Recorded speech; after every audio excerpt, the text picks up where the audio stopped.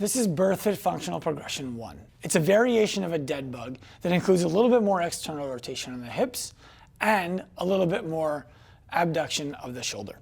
So what we're going to do is come to our top position. So it's going to be as if we have one of those big Swiss stability balls that we're holding between our knees. Our elbows are going to be kind of cradled just like this, as if we're holding a circle.